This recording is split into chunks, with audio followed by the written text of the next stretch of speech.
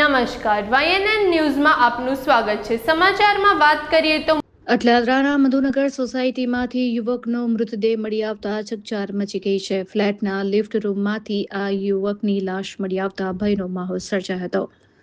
આ ઘટનાને પગલે સ્થાનિકોએ અટલાદરા પોલીસને બોલાવી હતી। વડોદરા ફાયર વિભાગની ટીમ પણ ઘટના સ્થળ પર પહોંચી હતી અને રેસ્ક્યુ હાથ ધરવામાં આવ્યું હતું। આ સાથે જ જીબીની ટીમ પણ સ્થળ ઉપર પહોંચી હતી અને કામગીરીમાં જોડાઈ હતી। ત્યારે ભારે જહેમત બાદ લિફ્ટ રૂમમાંથી આ મૃતદેહને બહાર કાઢવામાં આવ્યો હતો।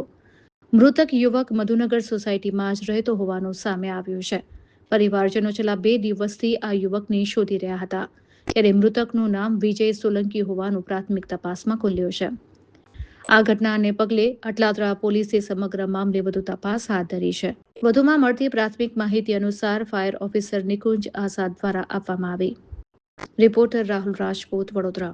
પોલીસ સ્ટેશનની સામે વુડાના કંઈક મકાનો છે। મકાનની અંદર ઉપર લિફ્ટની અંદર માણસ ફસાયો છે તેવો વડોદરા ફાયર એન્ડ ઇમરજન્સી સર્વિસને કોલ મળતા જીઆઈડીસી ફાયર સ્ટેશનની ટીમ તાત્કાલિક ઘટના સ્થળ પર આવી સ્થળ તપાસ કરતા લિફ્ટની અંદર ઉપર જે લિફ્ટ મેન્ટેનન્સ રૂમ હોય છે તે લિફ્ટ મેન્ટેનન્સ રૂમની અંદર મેન્ટેનન્સ કરતા તે વ્યક્તિને પ્રાથમિક તબક્કે એવું જોવા મળે છે કે શોર્ટ સર્કિટના કારણે તેમનું મૃત્યુ થયું હોય।